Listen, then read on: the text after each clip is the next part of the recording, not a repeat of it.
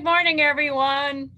I'm Spergel, the Executive Director of the Mental Health and Recovery Board for Licking and Knox counties and the current president of the Ohio Association of County Behavioral Health Authorities. It is my pleasure to welcome you to our first ever virtual opioid conference. Throughout the next 3 days, Ohio's 2021 Opioid and Other Drug Conference will provide a series of virtual opportunities for learning and networking. Before we go with the sessions, I want to take a moment to thank you all for everything that you have done over the course of this last year to support individuals throughout Ohio impacted by substance use disorders. You are the caring professionals in this field providing day in and day out services. And we want you to know that we appreciate everything that you do every day, so thank you. We know that last year has been very difficult for everyone. The stress, anxiety, and isolation of the pandemic took a toll on all of us in the field. Just last week, the Columbus Dispatch published preliminary overdose data they collected from the Department of Health that showed that 2020 had the highest number of overdose deaths in Ohio history. This was no doubt driven by the many challenges associated with the pandemic that we all experienced. However, going forward, we all need to come together and redouble our efforts to continue supporting our clients, our communities, and one another. As we go through the next 3 days of this conference, I hope you enjoy the continuing support of our clients, our communities, and each other. And I'm now going to hand this over to Cheri Walter, the CEO of OACBHA, who will provide some additional details about our conference. I hope everybody has a wonderful time and have a great conference. Thank you, Kay, and thanks for all your leadership. It really is because of Kay and our executive council that we're able to do these conferences and provide this kind of event for you. So I really do want to thank Kay for all her support in making this happen. You know, I'd also like to thank all of you who are joining the virtual opiate conference. We're really excited about these next 3 days. It's the first time we've ever done anything virtually, so we're going to hope that everything goes well and that we don't have any problems. But if we do, we'll correct it and we'll keep going. So I really do want to thank everyone for joining us. I also want to thank all of our conference partners and sponsors. We couldn't do this without them. You know, they have been our sponsors and partners for years. The Ohio Department of Mental Health and Addiction Services with Director Criss and the Ohio Department of Rehabilitation and Corrections with Directors Chambers Smith are once again our conference partners, and they have been with us since the beginning, and we very much appreciate them. Some of our other conference sponsors include BioCore, JCMA, Interact for Health, Indivior, CareSource, the Ohio Department of Health, the Ohio Suicide Prevention Foundation, and the Cardinal Health Foundation. Many of these are also returning sponsors, and we just really want to extend our appreciation to all of them for all of their support for all of our years. This is our 11th conference, and we just couldn't do it without them. You can visit with the conference sponsors and exhibitors in the OACBHA app in the Exhibitors tab. Please stop by and check out the information that the sponsors and exhibitors have made available. As a fully virtual conference this year, we know that we have a lot of different activities, and we know that if you've made it here, you already know that we have a OACBHA platform for all of our activities. So we really want you to be able to get conference sessions, but we also want to encourage you to take advantage of all the features in the app to interact with each other, ask us questions if you have them, and if you need anything at all, what you can do is you can just email Michaela Radish, who sent you out your original information, and she will help you in any way that's necessary. We also want to start each day with a morning general session, and we're going to follow that with 3 different times of breakout sessions. During each session, you will have 4 concurrent sessions that you're able to choose from. You can find these under the agenda on the OACBHA app. During each breakout session time block, the 4 session options are available under the sub-session link. From there, you'll find access to stream the session. The links will be open 10 minutes before the start of each session, and you'll also be able to access the materials and information uploaded by all of our speakers. At the end of the day, you'll receive an email with a survey link. This survey is our daily evaluation form. We're asking each of you to complete the evaluation form. If you are looking for continuing education credits, the evaluation form is required. The daily evaluation form will be emailed to you by Michaela Radish. For continuing education credits, you must be signed in from your own device under your own name and remain logged in for the full session. We will use Zoom to track and verify your attendance, but you will need to complete the evaluation for today and each day of the conference you attend. Final CE certificates will be emailed directly to you within the next 2 weeks. Before we get started, I really want to share a quick shout out to my staff who've really been working hard over the last weeks and months to pull this virtual conference together. Michaela Radish particularly, she has led our efforts to turn this conference into a fully virtual activity, and she's done a great job. I know probably almost all of you have heard from her. She's been sending emails, she's been answering all the questions. I just can't give enough credit to Michaela for making this happen. So I really want to thank her. I also want to thank the rest of our team who are helping out through the course of the next couple of days. This includes Courtney Eversole, Fonda Freeman, Christina Shanak-Diaz, Annalise Sekulik, Daniel Conklin, and Liz Henrik, along with a shout out to Deanna Beetza, Director of the Brown County ATTM Board, who's also going to be helping us with all of our breakout sessions over the next couple of days. So we are really very excited about this conference. We hope that you enjoy it. Again, if you have any questions, please let us know. If you have any problems with your WHOVIA app, please let us know. And we will do whatever we can to make this a very enjoyable conference for you. So we're here to make sure that this goes well. So we're going to go ahead and get started with today's activities. We're going to start this morning with the recovery story. We think it's so important to hear from those folks that are why we exist. They're the folks in recovery. So I am so pleased to welcome Jess to the conference, and I look forward to hearing about her recovery journey. So without further ado, Jess, and thank you for joining us this morning. Thank you, Cheri. I want to thank you all for having me here today. This is nothing short of an honor to be here. I know I have a couple minutes, so I'm gonna get to the point. My story starts out, it's not going to be much of a shock to a lot of people. I hurt my back when I was about 17, and I was prescribed opiate pain relievers. I went to several doctors, pain management clinics, got tests run, things like that. And the common theme was just pills. So for a few years, and this was in the late 90s, early 2000s, I just kept getting prescriptions of opiate pills. As I went back more and more, I was becoming more and more dependent, obviously, on these narcotics. And the time in between when to take the doses got lower and the milligrams got higher. So I had a full-blown addiction before I even knew any better. That eventually led me to try to seek them from the streets because my tolerance was getting higher and higher. And eventually I graduated to heroin. The next, I don't know, 15 years of my life was basically a revolving door of jails, prison, institutions, death, in and out of hospitals, in and out of treatment centers and detoxes and hospitals, and in and out of people's lives, in and out of my own sanity.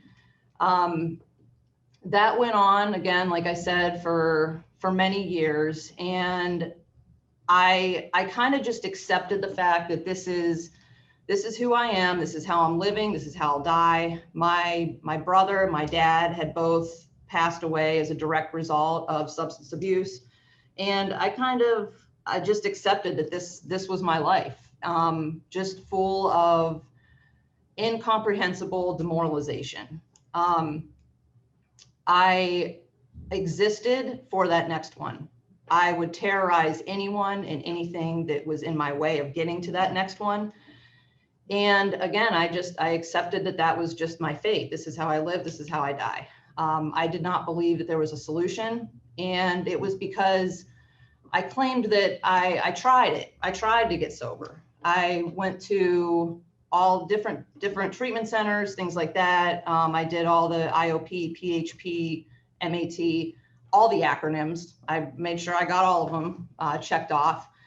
But the thing is that I wanted to be free of addiction, but I didn't really want to put the work in to do it. What changed was I finally got the willingness, the little tiny mustard seed of willingness to do long-term residential treatment. I went to the Edna House in Cleveland, and that for me personally, that's what made all the difference. It was very structured, and it was long-term. It wasn't like what I had been used to, where I would go in for, I don't know, 14 to 28 days and then return back to exactly what I came from. This was very structured. It was long-term. It was a minimum of a 6-month program, and I stayed for 9. I transitioned back into society. So putting the drugs and alcohol down turns out that wasn't the hardest part. The hardest part was learning how to live as a sober woman in society. And that's what I learned by doing long-term residential treatment. Again, it was very structured, and I learned how to be a friend. I learned how to be employable. I learned how to put something before myself. There were a lot of suggestions I didn't understand, but I took, because I finally was able to put my hands up and surrender. I can't do this myself. I need help. I worked the 12 steps with a sponsor. I developed a support group, and I still, 4 years later, I still continue to do the same things now that I did then. And maybe the details may be different, but I still go to meetings. I still work with my sponsor. I sponsor other women in the program and take them through the 12 steps. I pray and meditate. And again, I do everything now still that I was taught to do when I initially got sober, and I stay in the middle of the bed. Today, because of recovery, I am able to be a friend. I'm able to be a daughter. I'm able to hold a job, and I can intuitively handle situations which used to baffle me. I know serenity and peace. And this is all because of the recovery community. I may have been in and out of different treatments many times, and I just wasn't in a place where I was ready to put forth any effort. But every case manager, every counselor, every staff member at any of these places, what they did was they planted a seed. And then when I was willing to water those seeds, they were able to grow. And I'm just gonna mention this one thing before I turn it back over. But when I was in treatment at the long-term residential at the Edna House, we had a job skills program. We had to do a presentation on our dream job, kind of suggesting that it's not really attainable. It's just a dream. And I did mine on working in the IT field again, but in the recovery community too. And I didn't even think anything like that existed. That was my dream job. And again, like I said, here I am 4 years later, and I'm proud to say that I'm the director of IT for the Adams Board. So I just wanted to close with that, because the point is that with recovery and a little bit of willingness, anything's possible. So thank you for having me today, and I'll turn it back over to Cheri. Okay. Jess, thank you so much for sharing your life with us. What a wonderful and beautiful gift you provided us this morning. Your life and your road to recovery, and by sharing that, is such an inspiration to all of us as we move forward with our work, with our call. So thank you so very much. Thank you. And thank you for your ongoing work to support the recovery community. What a difference. Thank you. It is now my pleasure to introduce our next speaker, the Ohio Department of Mental Health and Addiction Services Director, Lori Criss. Now, I've known Lori for years, and she, I have to say, is a truly wonderful representative for the community mental health and addiction field. Director Criss was appointed by Governor Mike DeWine, leading to lead OMAS in 2019. Since then, Lori has led the mental health and addiction field through the COVID-19 pandemic, ensuring that resources and supports were provided to all of us in the behavioral health field, and information was shared with all Ohioans about how to access care through the establishment of the Ohio Cares line. I'm so glad that Director Criss is here with us this morning to help us launch this virtual conference and to give us an overview of the Ohio OMAS priorities. Director Criss, I'll turn it over to you. Welcome. Thank you, Kay.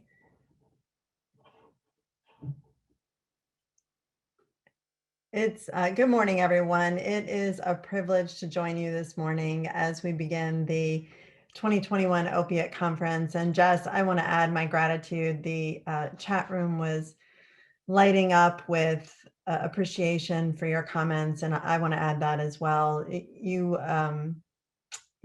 You started this morning off by reminding all of us of the power of hope and healing and humility and gratitude, and what a wonderful way to kick off the conference. So thank you so much, Jess, for being willing to share your story with us.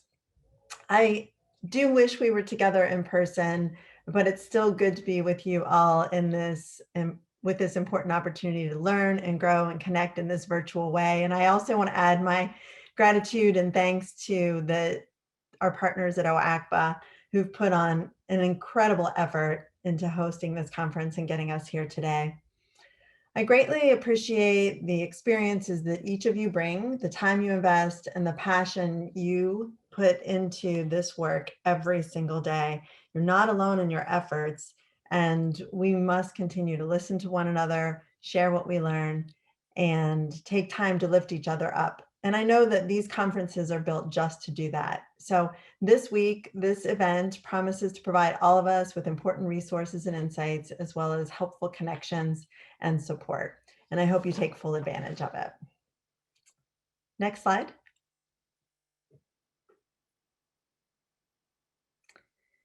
So Governor DeWine remains steadfast in his commitment to help those who are struggling with addiction and promoting health and wellness, so that each Ohioan can live a productive and healthy life.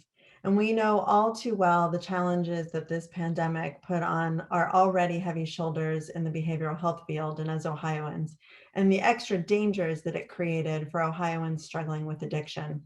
And that's why Governor DeWine made it a priority to ensure that Ohio's behavioral health care field remained open for business. This means ensuring an equitable response so that all Ohioans have access to quality, cost-effective mental health and addiction services, from prevention and harm reduction to treatment and recovery supports. This has been a top priority for Governor DeWine over his career, but also over the past year as well during the pandemic. Next slide. I'd like to take a few minutes to explore the pandemic's effects on the behavioral health field and our response to it collectively. Historically, research shows that a behavioral health surge is normal following a traumatic event or a natural disaster. So thinking Hurricane Katrina, 9/11, even the economic recession of 2008. And we know that through this, we will see people experience great trauma, people experience great resiliency, but also people experience continuing mental health and addiction services needs and supports. Ohio has seen an increase in the number of citizens experiencing stress, anxiety, depression. Some people were using alcohol or other drugs in ways maybe to help them cope with some of this stress brought on by the fear and loss, the loss of work, isolation, uncertainty brought on from COVID-19. And from the onset of the pandemic, we recognized this and began to immediately plan and respond. Next slide.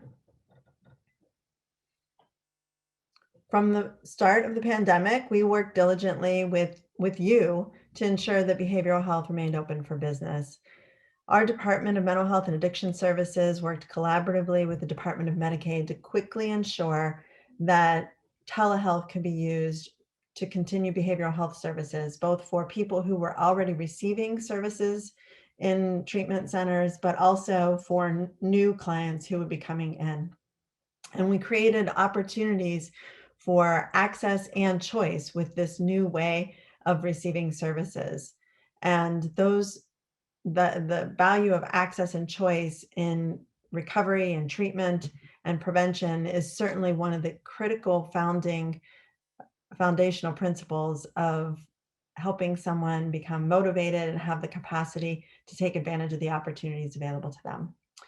We proactively increased the supply of the life-saving medication, naloxone, the overdose reversal drug, and that was done through a new mail order program implemented by community partners and flexible guidelines for medication-assisted treatment as well, including take-home methadone. And this was done all in response to making sure that people could either receive services in person or remotely during the early days of the pandemic, and we extended that well beyond that.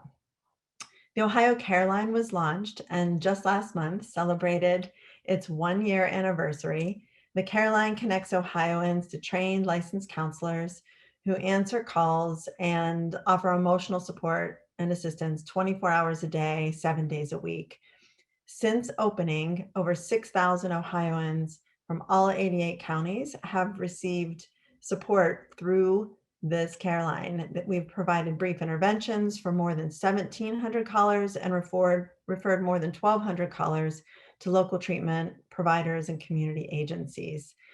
I want to say that we started this out with department staff as a response to COVID-19, and we transitioned it over to 9 community partners who run the National Suicide Prevention Lifeline, and they have continued this work since July of last year. We're so grateful for their partnership and all that they've accomplished in this new endeavor.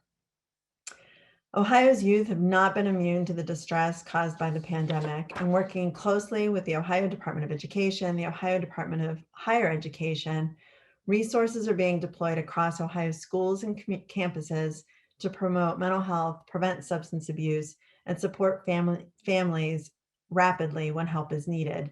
This would not be possible without the prevention programs and preventionists, the treatment programs and treatment organizations who are partnering with schools and campuses to make services and supports accessible to youth, young adults, and families across the state. And when our state hospitals had to reduce capacity due to COVID protocols, we entered into partnerships with the private psychiatric hospitals to ensure continued care for Ohioans who need it most. And the ATTC boards were pivotal in making sure that the resources were available and the relationships and referral pathways were available to help people quickly access that inpatient level of care. And finally, we are equipping Ohio's faith community and local champions to increase the understanding that their neighbors, their constituents have of the signs and symptoms of mental illness and problematic substance use, to reduce stigma for acknowledging the conditions and seeking help and connecting people to care. Many of you have played an active role in delivering or connecting Ohioans to these services, and we could not have done this without your tireless and creative support.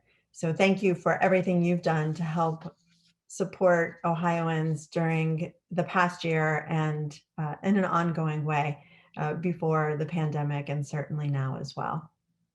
Next slide. And I'll just extend that thank you even further. Without a doubt, this past year has been challenging for us all. And I want to give a special thank you to everyone who worked tirelessly as this year dragged on. Seeing the displays of strength, resiliency, growth, the way people came together in difficult times, people can, become protective and stay in their own corner and take care of them and theirs. And we did not see that in Ohio during this time of upheaval and change. We saw people coming together, being creative, sharing resources, and recommending new and different ways to do business. We are stronger together, and we're stronger when we support each other.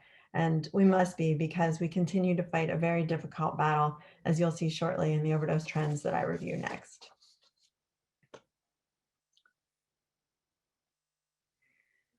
So unfortunately, with the pandemic, we saw a surge in overdoses last spring, and every one of these deaths, we look at them on a chart like this, but it just our hearts are aching with these deaths. We know that these are a tragedy, a loss for friends, family, and communities surrounding the men and women and youth that lost their lives to overdose death.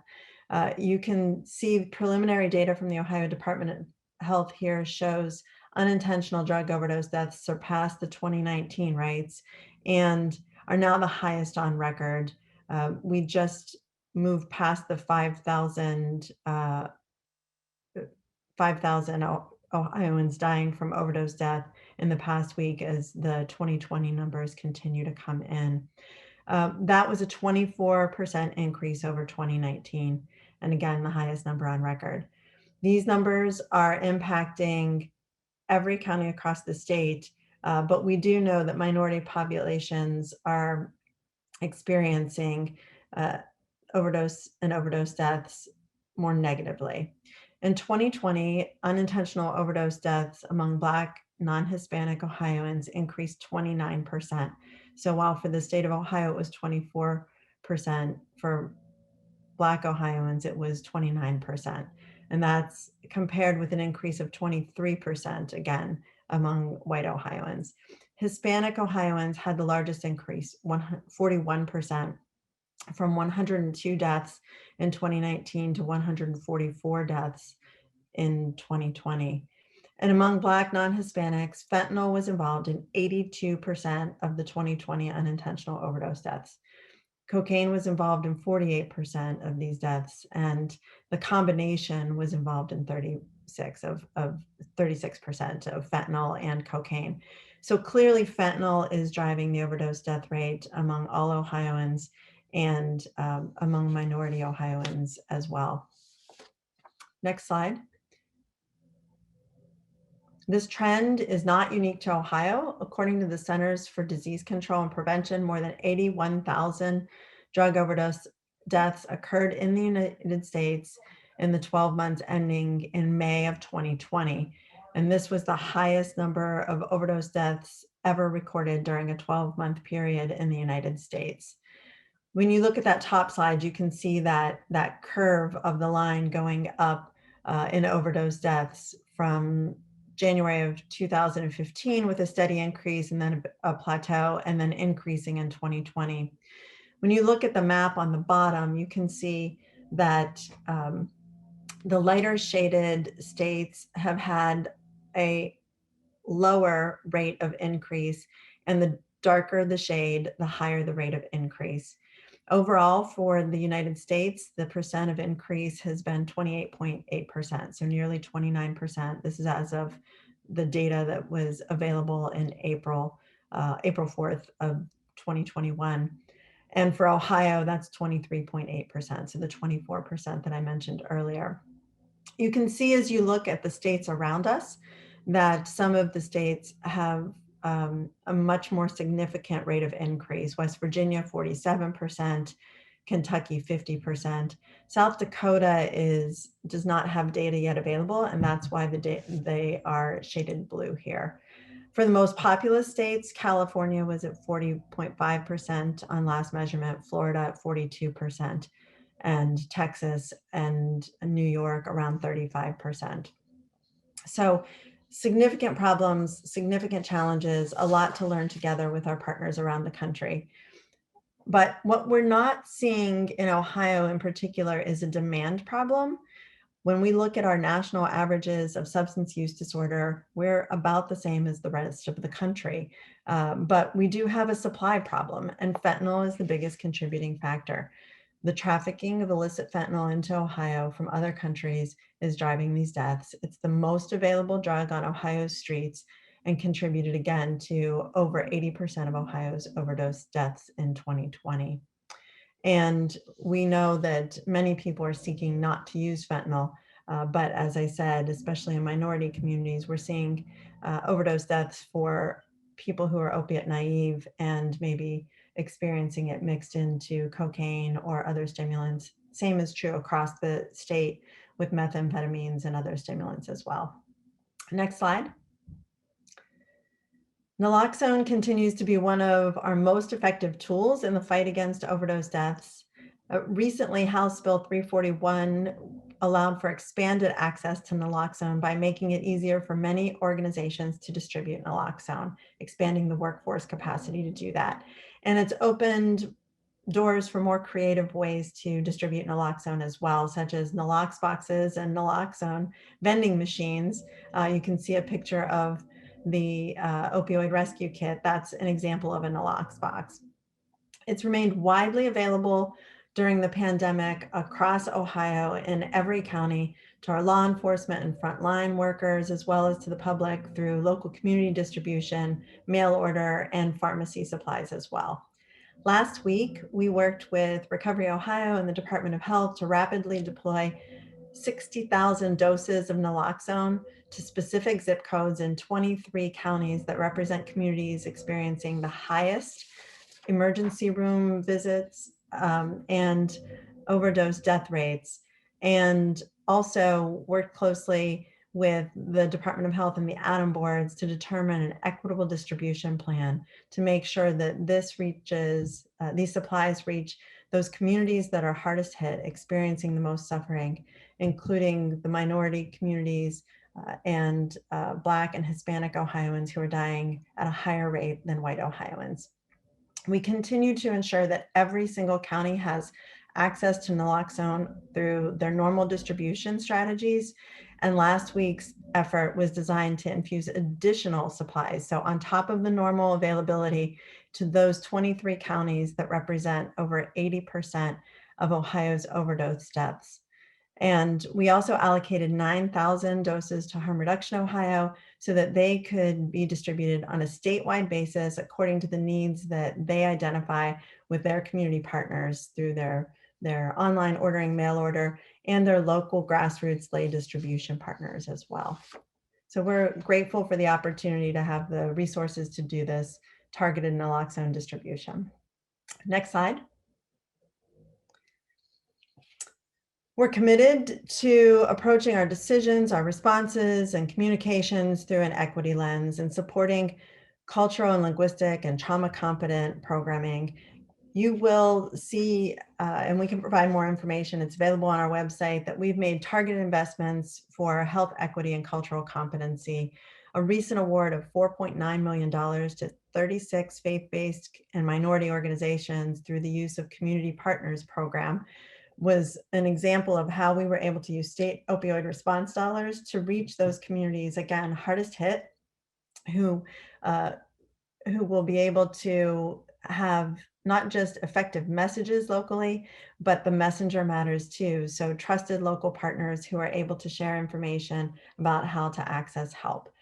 The Governor's Office of Faith-Based and Community Initiatives also partnered with our department to award $3 million in grants to minority serving organizations and faith-based organizations in 2020 as well. And we also have system collaboration and stakeholder engagement with other state agencies and community partners like the Department of Health, the Minority Health Commission, the UMADOPS around Ohio, multi-ethnic advocates for cultural competency, Minority Health Strike Force, and our efforts to improve a more diversified workforce are evident as well. In the proposed budget right now, we have additional dollars and efforts to increase investments in our diversity, disparity, and cultural competency work, and for dollars to communities, but also for increased capacity for training and implementation as well. Next slide. Just like to wrap by saying that, working together is the only way we are going to reverse the trend of what we've seen in this past year with those overdose deaths and with increased problematic, dangerous, potentially even deadly substance use. We know that fighting addiction takes an all hands on deck approach, that we need to listen closely to people closest to people living with and recovering with substance use disorders, and do things that make sense for those youth, men and women, in prevention, harm reduction, treatment, and recovery. And we're also working closely with other departments in the administration and with Recovery Ohio to make sure that we include that fifth prong of interdiction, to make sure, again, that that supply of fentanyl is something that's being disrupted and not being distributed to Ohioans. We're also working, again, to make sure there's an equitable response and targeted strategies. We want every Ohioan to have access to prevention services, to mental health promotion services, to the harm reduction strategies that will help them build the motivation and capacity that they need to enter recovery and to access the treatment services that will help them do so as well. And we want to make sure that's available in every community for every family across the state. So we'll continue to fight this fight. We'll continue to work with you and build that big tent where all are welcome. And with that, I'll just thank you for your time and look forward to learning alongside you during this week's conference and through all of our conversations and partnering and planning together. Thank you, Director Criss. Thanks for joining us today, and we really appreciate your comments and your support of the conference. But I also have to say, we want to thank you for your leadership. This has been a very tough year, and I can't imagine running a department remotely, and you've done it very well, and we appreciated all you and all your staff support. So thank you so much. Thanks, Cheri. It is now my pleasure to introduce our morning keynote. Mark Sanders is here today to provide us a presentation called Tired, Wired, Mired, and Inspired: Strategies for Preventing Burnout and Compassion Fatigue in the Midst of Traumatic Catastrophes and Pandemic. Mark is a project manager for the Great Lakes Addiction Technology Transfer Center. He is an international speaker, trainer, and consultant in the behavioral health field whose work has reached thousands. Mark is the author of 5 books which focus on behavioral health. Mark has been certified addiction counselor for 34 years. Mark is the co-founder of Serenity Academy in Chicago, the only recovery high school in Illinois, and he has a 30-year career as a university educator, having taught at multiple different universities. I want to thank the Great Lakes ATTC for supporting this presentation. We're so glad Mark was able to join us, and I'm really excited to hear his presentation. So with that, Mark, I'm going to turn it over to you, and thank you so much. Thank you, Cheri. So I can share screen? You can.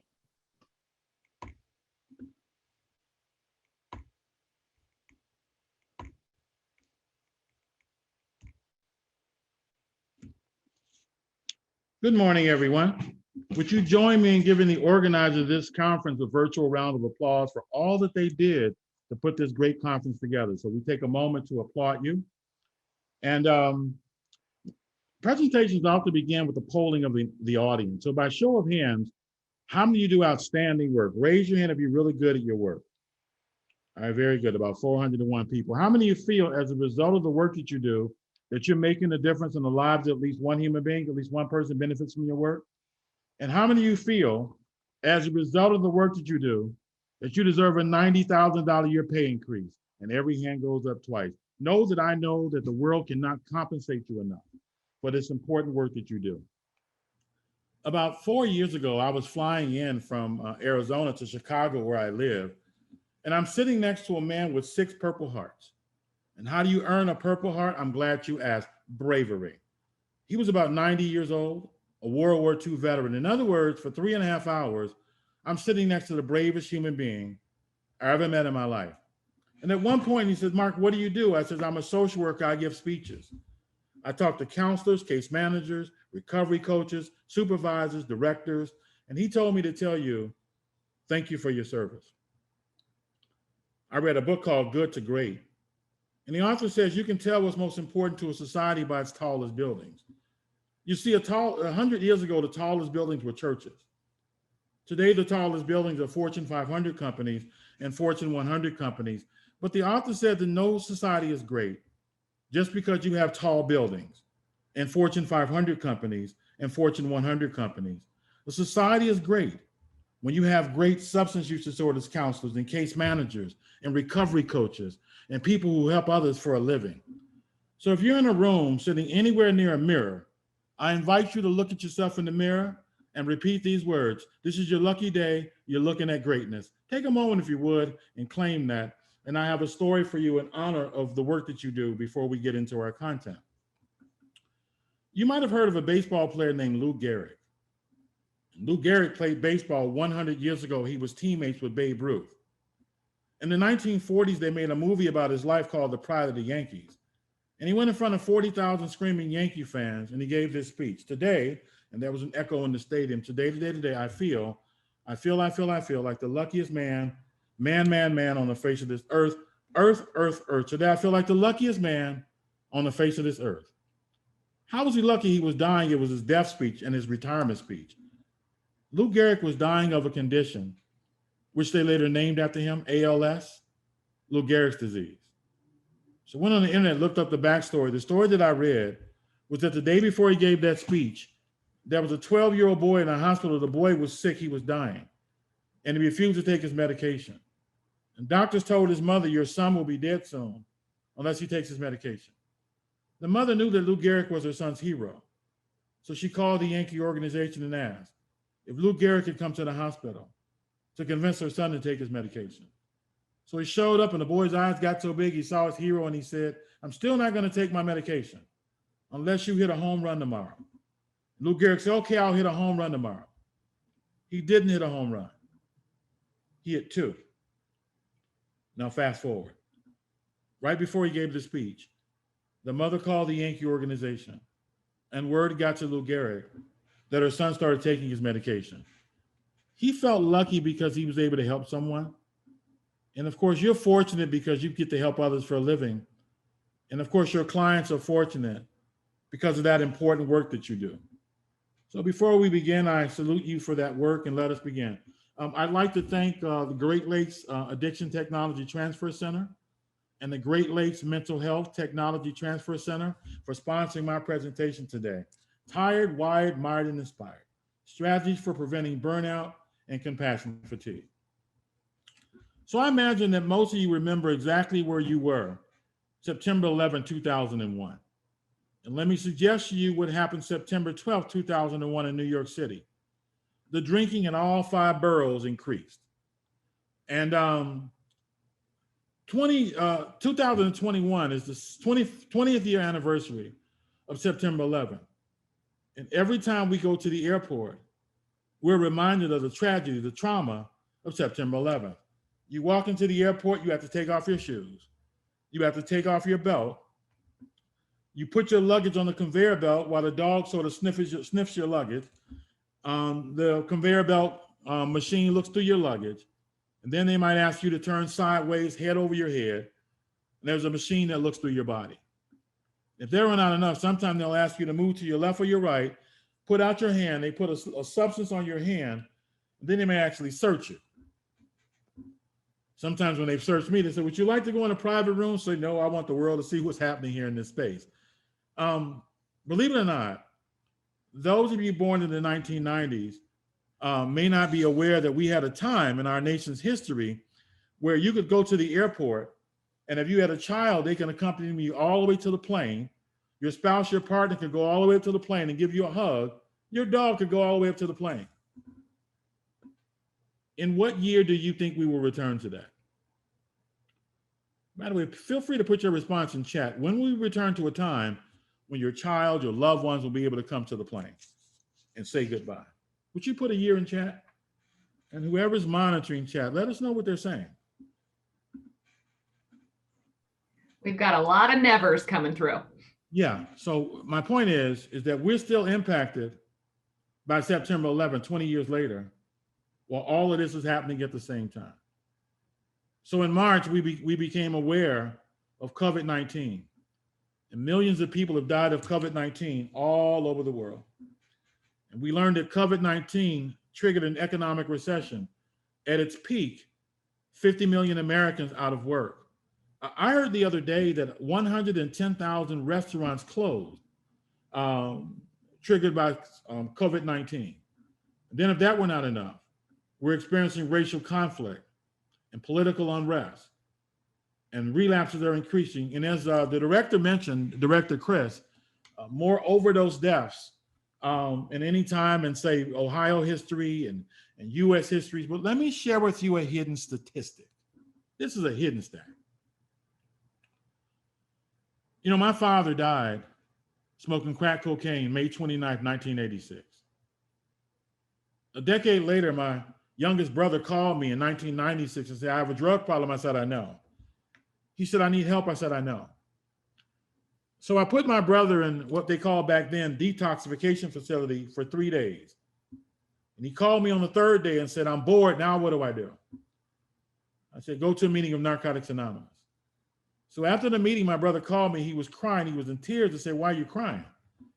He said, after the speaker spoke at the meeting, I looked at the speaker and I said, you spoke the truth. I was there. I remember you. The speaker was a man who used to use drugs and sell drugs with my father when my brother was a little boy. You spoke the truth. I was there. I remember you. And the speaker went up to my brother and said, you don't know this, but as soon as your dad died smoking cocaine, I got into recovery. That's the hidden stat. The number of people who enter recovery after someone else dies. He said to my brother, you certainly don't know this. When I was out there selling drugs with your dad, he saved my life twice. He said, so I often ask God, why did you save me? Looked at my brother and said, maybe one of the reasons that God saved me is so that I can help you. And they're both in long-term recovery. And like Jess, who spoke earlier, living purposeful lives. We noted that during this period of COVID-19, there was an increase in mental illness and suicide and violence. And you know, how fortunate are we that we still have you on the front line doing all the work that you're doing to facilitate recovery. The world cannot compensate you enough for the work that you do. So if you take COVID-19 and you combine it with the economic recession, plus racial conflict, plus the political climate, then the formula is 1 + 1 + 1 = 100. My son asked me, he said, Dad, in the past, did we have crises occur as quickly as they do today, back to back to back? I told him about the Vietnam War and racial conflict in the 60s. He said, were there more crises in the 70s? Did they happen quick like they do today? What did you do in the 1970s? I said, son, after the 1960s, we danced half of the 1970s. We had about 5 years of Soul Train dancing, and then we had about 5 years of disco dancing. For those of you born in the 90s, you might not recognize this is a strobe light. And when you go to disco parties, the light would be blinking and music would be playing. And even if you couldn't dance, it looked like you were the greatest dancer in the world. So in honor of the work that you do, I'm gonna have for you a 1-minute disco.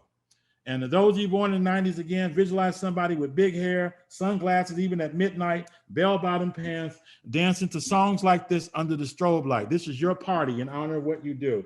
Alexa, play Stayin' Alive. Stayin' Alive by Bee Gees on Amazon Music. And you can adjust your volume up or down. It's gonna make you feel like dancing. You deserve it. Get up and move around for a moment. Bessel van der Kolk wrote the book, The Body Keeps the Score. Talks about how trauma lodges itself in the human body. Movement is what helps best. Feel free to dance. This is your party.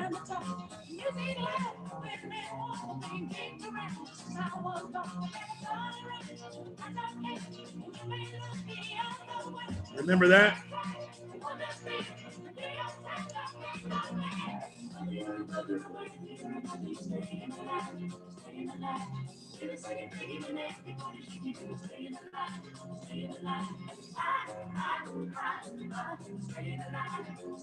Alexa, stop the music. All right, my friends, that's your party. Let us continue. So we start with the definition of key terms, and the first definition is of compassion satisfaction, the pleasure you derive from your work. This includes doing your work well, client progress, collegial relationships, and the realization of the difference that you are making. Compassion satisfaction is a protective factor against compassion fatigue. If the world only knew, the joy that we derive when our clients enter recovery, if they only knew how we are inspired by every story of recovery. The next definition of compassion fatigue, it reads, secondary trauma as a result of the internalization of the client's traumatic experiences. Guess what, my friends? Research out of UCLA and USC indicates that helping professionals, counselors, case managers, therapists, recovery coaches, that we experience more trauma in childhood than any other profession. So because we experience, your brilliance is that you've taken what you've endured in your lifetime, especially in childhood, you've turned it into empathy, compassion, and you've turned it into a cause purpose.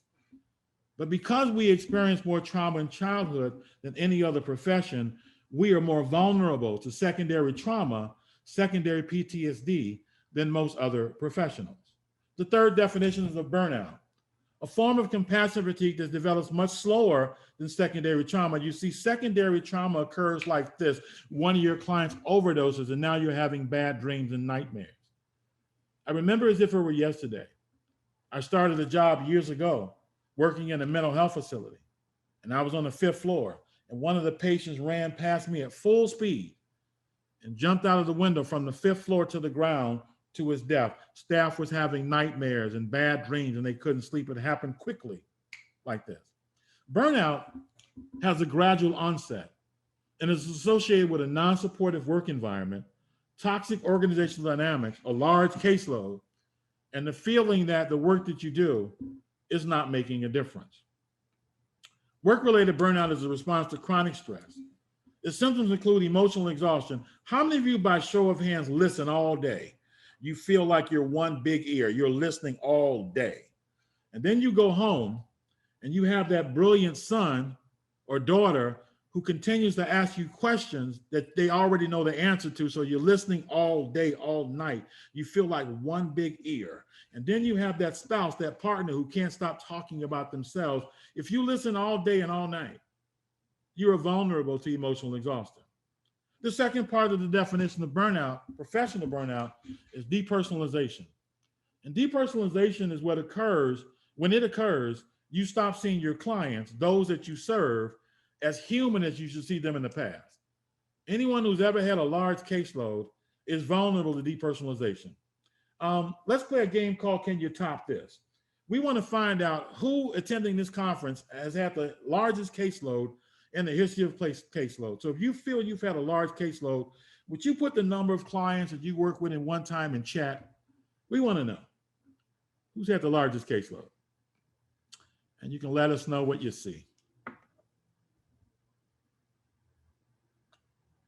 And what are you seeing there in chat? Got anywhere from the high 200s or 300s to some in the low 30s. Okay, so 300 to 30. And who's monitoring chat? Who are we talking to? This is Liz. Okay, Liz, thank you so very much. Let me ask you this, the group. You ever had a caseload so large that one day you're walking down the street and you see somebody walking towards you, they look vaguely familiar, only to realize you just did their intake like 5 minutes ago? A caseload so large that one day you're in the mall and there's 1,000 people in the mall and faces start to blend into one, and you start to wonder, had all of them been on your caseload at one time or another? You know who often has a bad case of depersonalization? Are people who work in public aid offices. You ever went to a public aid office? Take a number next. Clients have shifted from people to numbers. One time I went to Baskin Robbins, 31 Flavors, the ice cream parlor. You know the ice cream parlor, Baskin Robbins. I walked in, the person behind the counter said, take a number next. I was the only person there. Then there's the ER visit. You ever gone to the emergency room of a hospital late at night? You walk in the ER, I'm bleeding, so is he, sit down. They become immune to blood. You know, once in my town, there was a 16-year-old boy who was shot. He started running to the emergency room of the hospital. When he couldn't run, he walked. When he couldn't walk, he crawled. When he could no longer crawl, he rolled. He made it to the back alley, and the emergency room was right here where my wall is at. The hospital left him in the alley to die off of a technicality in the third paragraph of their policy and procedure manual, which said, we don't go out to get you. You have to come into the emergency room of the hospital. You see, when depersonalization sets in, then we start to distance ourselves from those that we serve. And as a result, there's a reduced personal accomplishment in our work. Work-related burnout happens in 4 stages. The first stage is the honeymoon stage. It's when you first get that brand new job. You call your friends gather around. I have the perfect job. I don't need food, clothes, air, sex, water. All I need is this job. You're on a honeymoon floating on a cloud. 2 years later, you call those same friends. You know everybody who's hiring? Reality set in. Difficult clients, difficult coworkers, and a ton of paperwork. How many of you have a lot of paperwork to do? I used to bring mine home with me. Then I decided to stop. I became convinced if I died a social worker tomorrow, I'd have at least one form to fill out before I died. If nothing else, a discharge summary. Stop bringing that stuff home. The third stage is the frustration stage. And this is the stage in the burnout cycle where people are likely to do something positive about the fact that they're burning out. What are some positive things that people do when they're burning out to recover from it? And Liz, you can let us know what they come up with. Thank you. Positive stuff. We've got vacation, take time off, run, mental health day, Run from work. get a counselor, meditation, exercise, music, self-care, yoga, all kinds of stuff here. Okay, so thank you, Liz. Now, here's a challenge. If we don't catch it in the third stage, we're vulnerable to slipping into the fourth stage of burnout. It's called apathy chronic burnout. Now your attitude is a job is a job is a job. You show up to work 9 o'clock Monday morning, you say the best thing about 9 o'clock Monday morning is 3 hours from noon and noon is lunch. You say the best thing about Wednesday is 2 days from Friday. You consider Thursday after 5 p.m. You call Thursday after 5 p.m. Friday Eve. You can't wait for Friday. The phone rings, you want to shoot the phone. Now you're running from clients. As a matter of fact, there was a researcher from the University of Arizona that did a study on counselors who do what he called stupid stuff and found the relationship between counselors doing what he called stupid stuff and apathy chronic burnout. Things like marrying clients, moving clients in your home, adopting a client's child, smoking marijuana behind the agency with a client, things like walking out of the agency with the agency's computer on your shoulder with the cameras rolling, stupid stuff like depositing a coworker's expensive check in your bank account when it hit the floor, stupid stuff like robbing a Walgreens during the lunch hour while wearing the agency's ID and then calling a cab for a getaway car. When we're burned out, it can affect our ethical code. We wind up being under-involved with clients and they don't feel that we ultimately care about them in the work that we do. The good news is that there are factors that buffer us against burnout. The number one, according to research, is feelings of appreciation. You might have heard the story about this woman who worked at Woolworths for 50 years. She was never late, hardly ever called in sick. 50 years Woolworths. It was like Target before Target, for those of you who are unfamiliar with Woolworths. And reporters asked her, how are you able to get 50 years of your life to Woolworths, never late, hardly ever called in sick? And she said one word, that word was baseball glove. She started her job during the Great Depression. And the first day she showed up to work, her son called and said, Mom, now that you have that new job, will you finally get me that baseball glove you promised? She said, not now, son. I'm kind of behind in the payment of bills. I promise you I'll get you the baseball glove as soon as I possibly can. Her supervisor overheard the conversation, said, listen, I wasn't intentionally eavesdropping, and I have a son too. One of the things I understand about kids is kids don't always understand when you say you can't buy something right now. So I brought you this baseball glove, and I hope he appreciates it. And she said that one act of kindness after another led to her feeling a sense of appreciation. And she was able to give 50 years of her life to Woolworths. I looked at the research on what motivates counselors in our profession to do their best work. Believe it or not, pay ranks number 3 on the list. Number 1 is feelings of appreciation by the people that we work with. You know, our state psychiatric hospitals were hit hard by COVID-19, and guess what? Workers in state psychiatric hospitals were going to work every day during COVID-19. And I remember the heads of the hospital standing outside with signs when their staff would walk into work saying, we really appreciate that you're coming to work today. Believe it or not, pay ranks number 3 on the list in terms of what motivates us to do our best work. Number 1 is feeling appreciated. You might have heard the story about this boy named Mike who played Little League Baseball on a team known as the Cougars. And Mike came down with a rare illness, a form of cancer, requiring him to have chemotherapy, radiation treatment. He lost his hair. And Mike was embarrassed to go to the next Cougars baseball game because at the beginning of each game, the Cougars would line up along the third baseline, take off their hats and place them over their heart and sing the national anthem. And he was afraid that everyone would laugh at him when they saw that he had no hair. And his father talked him into going to the next Cougars baseball game. Sure enough, the team lined up along the third baseline. And right before Mike took off his hat, all 5 of his Cougar teammates took off their hats first. And he saw that they all shaved off their hair. And they looked at him and they said, once a Cougar, always a Cougar. Next to your colleagues letting you know they really appreciate you, team cohesion, closeness is a protective factor against burnout and compassion fatigue. Do you know that if a team is close, and by the way, to have team camaraderie requires some intentionality. You have to stop and go on retreat and work on it. That team camaraderie also protects us when pandemics show up, because we can move closer to each other when catastrophe shows up. A third factor buffering us against burnout is open communication. When staff can openly talk about each other, when staff can openly talk to each other in an open manner about things that worry them, trouble them, successes that they're having, that's a protective factor against burnout and compassion fatigue. Proactive strategies to deal with chronic stress, like team building retreats. Effective supervisor-supervisee relationship. As if it were yesterday, I remember my first speech. It was May 29th, 1986. My supervisor said, I want to go with you and watch you give this speech so I can give you some constructive criticism.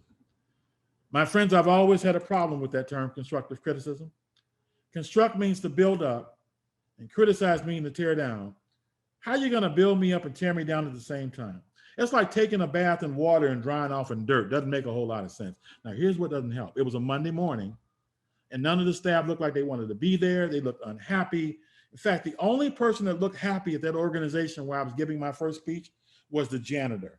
He was moving to the beat of a different drummer. He was dusting the facility, and he was singing an old Jeffrey Osborne song. Can you woo, woo, woo? Who's ever heard that song? Can you woo, woo, woo?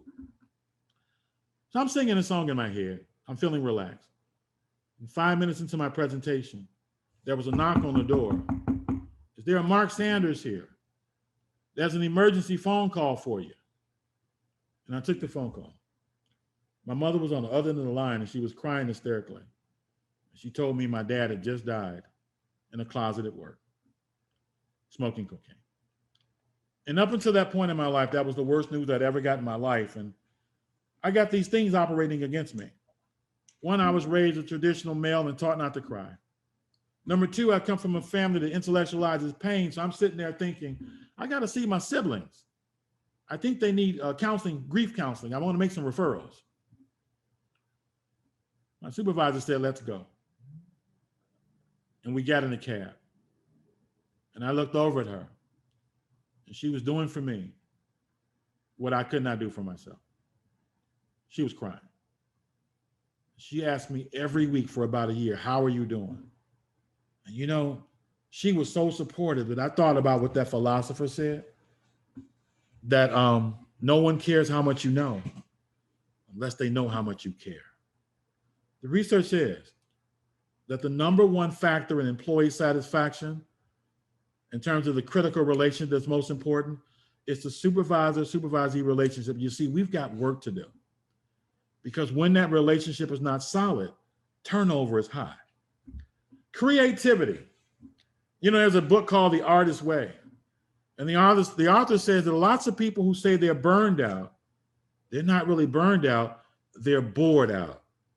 They're bored doing the same work the same way day in and day out. Creativity energizes us. My secret to 39 years as a alcohol and drug counselor is I always create something new. A new relapse prevention group, a children's group, a family group. Creativity energizes us.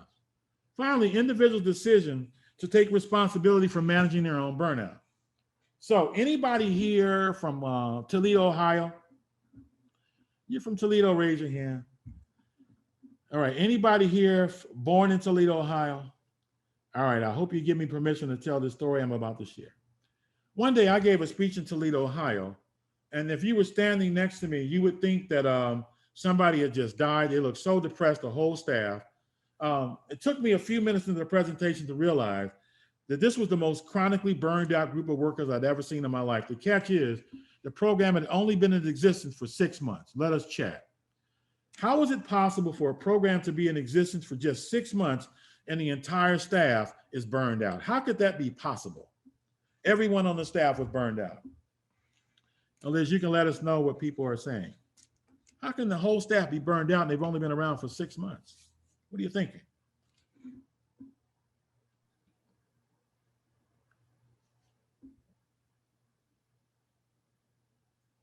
No time off, poor program planning, too much work, not enough people, a big caseload, overworked, understaffed, they didn't feel appreciated, All poor right, supervision. go ahead. What'd you say, Liz? That last one was poor leadership or supervision. Okay, so let me make it interesting. This was a juvenile detention center built from the ground up. They hired people to work first, second, and third shift. But right before they admitted the juveniles, the inspectors came in, the water inspectors, the fire inspectors, and found out the building was in violation of water and fire code. So they could admit no juveniles, but they went to work every day. And they were all burned out. That would be like a church with no congregation members, a hospital with no patients, a school with no students. How could it be? It turns out that my grandmother was correct. My grandmother used to say, an idle mind is the devil's workshop. Who's ever heard that before? So with no clients to work with, they spend all of their time talking about each other. One woman said, Mark, around here, we always walk in threes, because if ever we see two people walking side by side, we know they're talking about a third. Mark, did you know that gossip gets you tired? I never knew that gossip gets you tired. So I went home and I told my brother, gossip gets you tired. My brother's really religious. So we agreed that we wouldn't gossip for 6 months. In fact, he quoted this scripture from the Bible. You criticize your neighbor for having a splinter in his eye. Meanwhile, you have a whole tree in your eye. Instead of criticizing your neighbor for having a splinter in his eye, take the tree out of your own eye, and then help your neighbor take the splinter out of his eye. We agreed, no gossip, 6 months, we shook on it. He called me 6 days later and said, man, I haven't gossiped in 6 days. I'm shaking like a leaf. He was going through withdrawal. Did you know that gossip is a drug? In fact, the research says that the number one factor contributing to burnout is gossip, backbiting, and backstabbing, toxic organizational dynamics, not difficult clients, gossip, backbiting, and backstabbing. Another factor contributing to burnout are poor boundaries. And we learn our boundaries in our families of origin. How many of you come from families? Every family has boundaries. Some families have what we call loose boundaries, where no one is aware of what's going on with anyone else in the family. Everybody's doing their own thing. Let me let you in on a secret. Every family I've ever worked with where everybody's doing their own thing and they don't talk to each other, usually a tragedy happened, like a suicide. Or maybe they have lots of addiction in their family and they walk around it. We used to describe addiction as the elephant in the living room. No one is supporting anyone else. And some families have what we call enmeshment, where things are a little bit too close. You can always tell when families are enmeshed. They talk over each other. They talk at the same time. They finish each other's sentences. You ever seen a family that finishes up each other's sentences? They're a little bit too close. Enmeshment. Let me let you in on the secret. Every family I've ever worked with that had lots of enmeshment, I don't know where your arm ends and my hand begins. They're a little bit too close.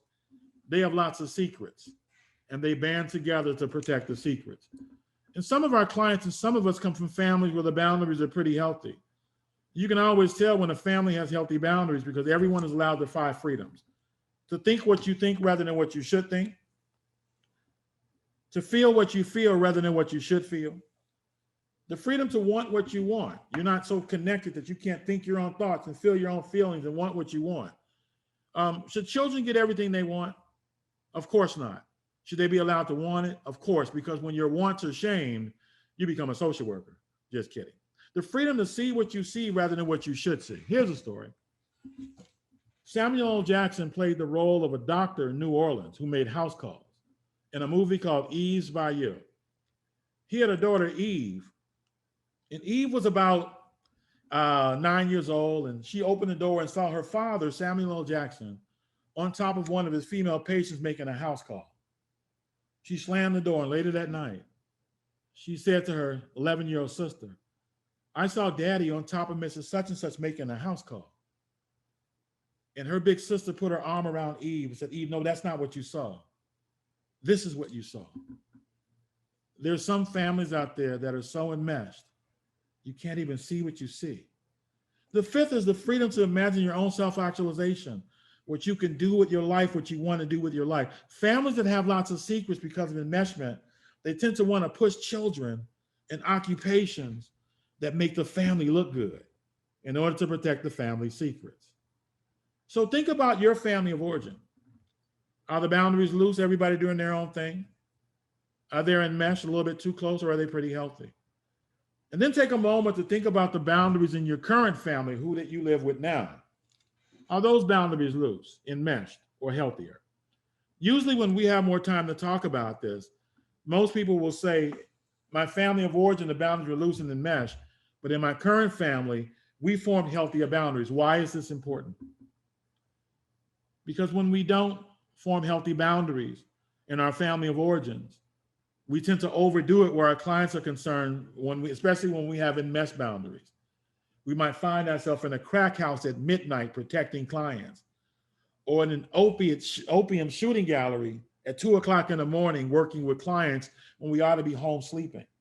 And by the way, every time I've ever counseled someone in our field who has inappropriate boundaries with clients, sleeping with clients, marrying clients, they tend to come from families where the boundaries are enmeshed and they haven't learned how to create healthy boundaries. Minus this, being able to establish healthy boundaries and say no, we can find ourselves burned out all the time. Extremes contribute to burnout. Support. You ever had a coworker whose boundaries are so poor that they were doing all of their work plus yours, and you have to take the too much support? Or too much supervision is called micromanagement. That's stressful. Too little, we all need support. If your caseload is too large, you're vulnerable to depersonalization. Too small, you got lots of time to gossip. Tension in work relationships and creativity. How many of you are attending this conference with a coworker? You see, it's only been since September that I've had a group of coworkers. I work with Great Lakes ATTC. I have the world's greatest coworkers. And before that, I hadn't had a 5-day-a-week coworker since 1990. People used to ask me, what do you miss most about working with coworkers 5 days a week, or working at agencies 5 days a week? And all I missed mostly was coworkers. Don't get me wrong. I've had at least one coworker who got on my last nerve. Raise your hand if you ever had a coworker that got on your last nerve. You're probably looking at them right now in this conference. Just kidding. But when I see people with their coworkers, I go back to an experience that I had 35 years ago in July, a month before I married. My wife came to with an album, not a CD, an album, not a DVD, an album. She says, I want you to rehearse the first song on the second side of the album. We're going to sing to each other at our wedding. And the song was one that was sung by a man named Marvin Gaye and a woman named Tammy Terrell. So I'm singing this song, and it dawned upon me that I could rehearse for the next 300 years, and I would not be able to sing as well as Marvin Gaye. So I went to my wife and said, I love you, and I can't sing that song. She says, okay, I'll sing to you. In our wedding party was my wife's maid of honor. My wife's maid of honor is one of the world's greatest singers. I can't think of 5 people in the world that could sing as well as she could sing, but the world's never heard of her. That'd be an interesting seminar. How you can be one of the best in the world at something and the world's never heard of you. She works at the post office. Anyway, during our wedding, my wife was singing a song to me, and she could not hit the high note. And she looked back at her best friend, and she hit the note for her. I know in my lifetime when I've had tragedies in the workplace, next to an immediate family member, there's nothing like a really, really good coworker. Incredible story about this American soldier who was stationed in Afghanistan. She flew home to New Jersey to get married, and then she flew back to Afghanistan. She lost her hand in battle. And her best friends at work in the military went back on the battlefield and found her hand so they can give her back that wedding band that was lodged on her finger. The research says that when you have a best friend at work, that's a protective factor against burnout and compassion fatigue. Another contributing factor is continuous stress and feeling ineffective in your work. Let me let you in on the secret. As long as your definition of success is based upon what someone else does, like I'll feel successful if 90% of my clients use Narcan, I'll feel successful if half of my clients enter recovery, you have no control of the feeling of success. But if your definition of success is about what you do, I want to engage clients more effectively. I want to study more so I can be the best counselor I can be. You have much more control over feeling effective in the work that you do, based on what you do. Compassion fatigue is defined as the stress of caring too much. It differs from burnout in that burnout is caused by organizational stress and compassion fatigue is caused by caring. The more you care, the more vulnerable you are. It's also defined as emotional residue as a result of working with clients who suffer secondary trauma, secondary PTSD. Who's most vulnerable? Number one on the top of the list are receptionists. Number one. You know why? Because receptionists have the largest caseload of anyone at the agency. Everyone who calls is on the receptionist caseload. Everyone who walks through the door, UPS delivery drivers, Federal Express drivers are on their caseload. All of your clients who show up on the receptionist caseload. If there were 20 counselors and each had a caseload of 20 clients, the receptionist has 400 clients without a relationship. Social service workers are vulnerable, attorneys, emergency care workers, medical professionals, the clergy, volunteers, soldiers, police officers are vulnerable. Teachers, firefighters, nurses.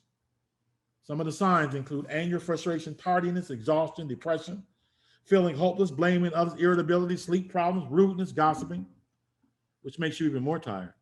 Erosion of your idealism. If we were in the same room, I would ask you to raise your hand if you've been doing this work less than a year or if you're a student, and I would invite everybody to look at you, and what they would see is how your eyes glow.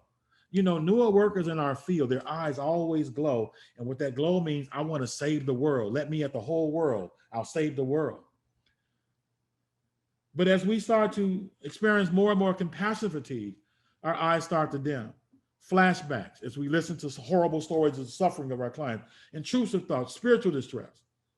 I used to work in a child welfare agency, and a lot of workers in the 80s, when crack cocaine took over our country, they would say to me, Mark, I no longer believe in God as much as I used to, because if there's really a God, then how are there so many children being neglected because of crack cocaine?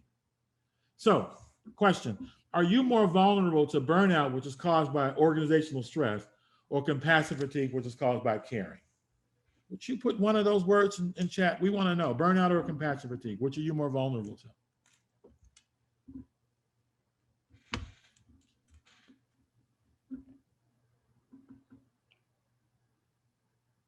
What do you see there, Liz? A little bit of both. I think burnout is in the lead right now, but Here we go, turning around a turn. Burnout's in the lead. Burnout number one, compassion fatigue number two. Okay, very good. Now here's the next question. Would you put this in chat? And what are some things that you do to take care of yourself to avoid the occupational hazards of burnout and compassion fatigue?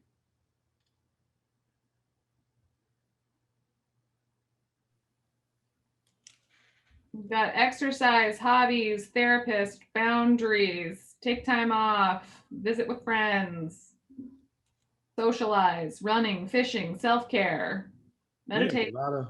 Thank you, Liz. We have a lot of self-care here in Ohio. So I'd like to add to your list. My mentor did a research study on the reasons that some helping professionals have more resistance to burnout than others.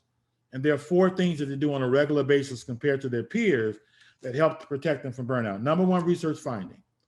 Those of you attending the conference today who laugh the most at home and at work have the most resistance to burnout and compassion fatigue. Let me ask you a question. You ever hurt so bad that all you can do is laugh?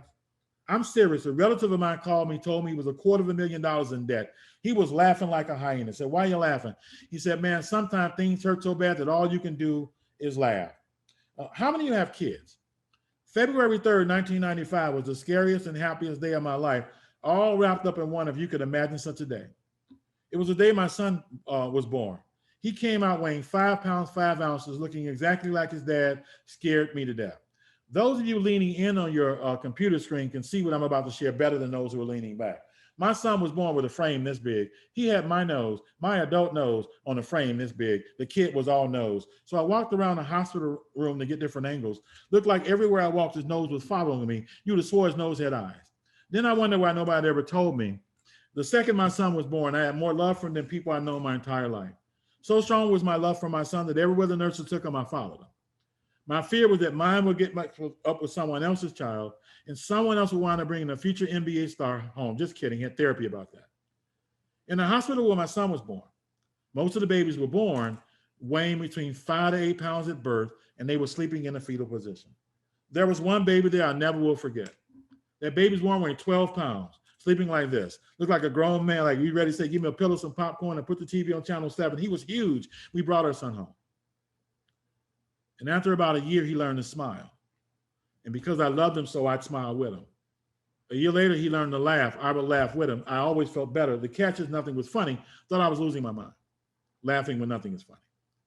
Then I heard on Nightline that the fastest growing movement in India are laughing clinics. There are these individuals who are clinically depressed.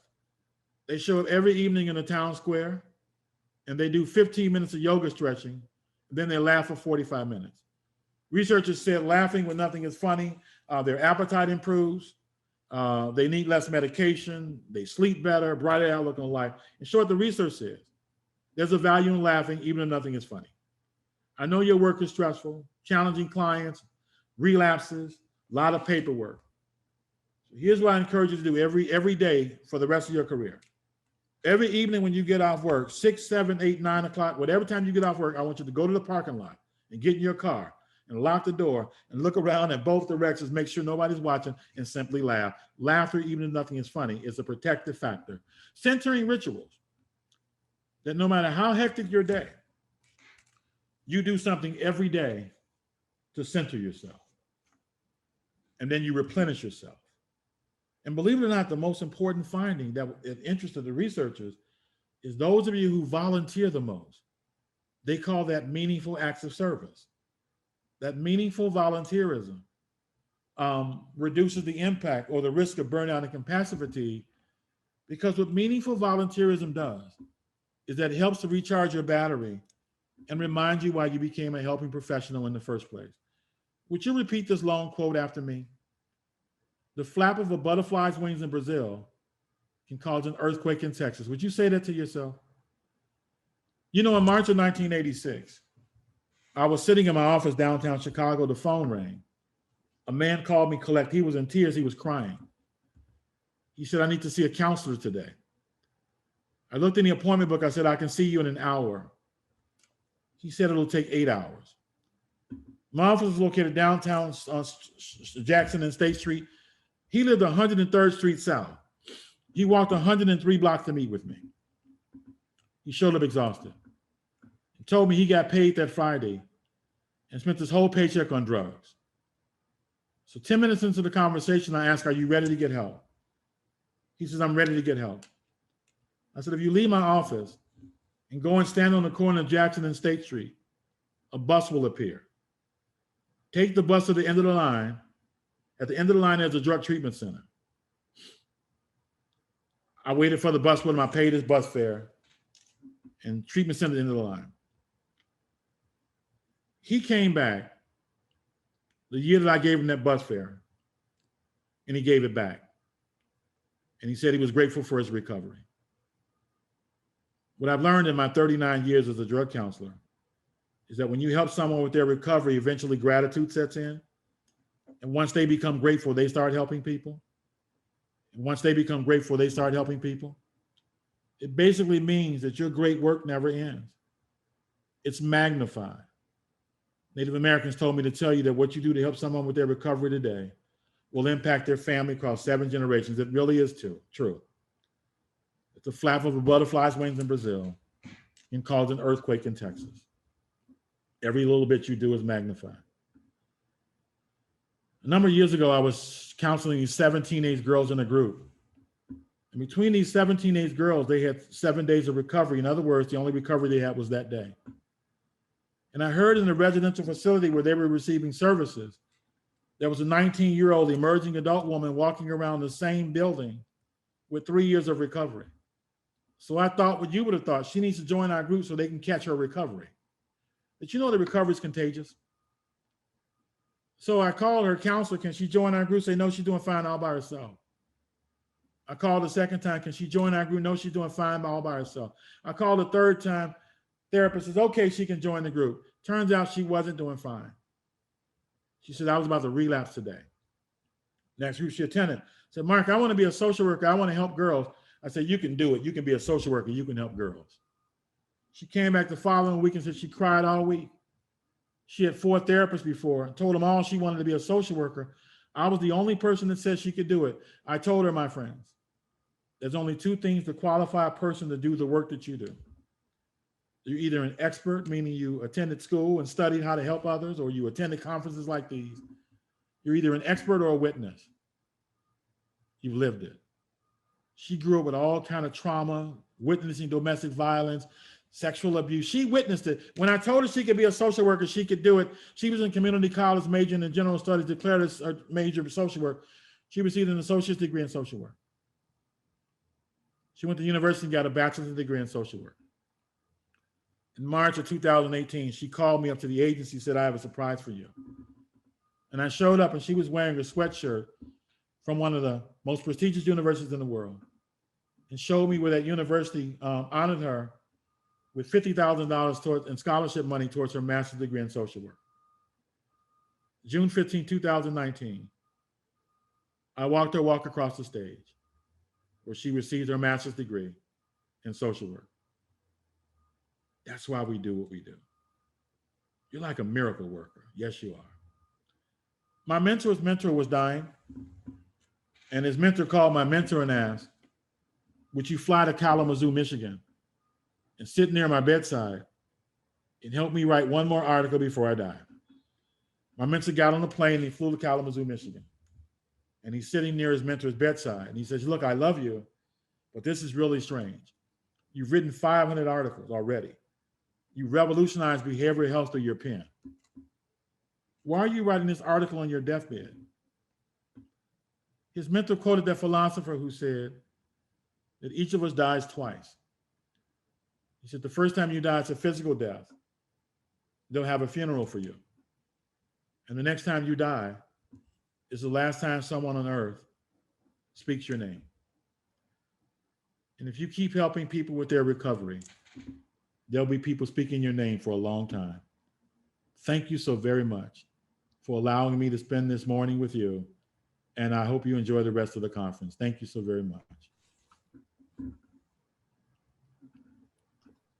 Mark, thank you for that wonderful presentation. I'm so Sure. glad we had you as a keynote. That was really a wonderful presentation. You know, we've been doing this a long time, and I got to say, Mark, you're the first one that ever had us dance.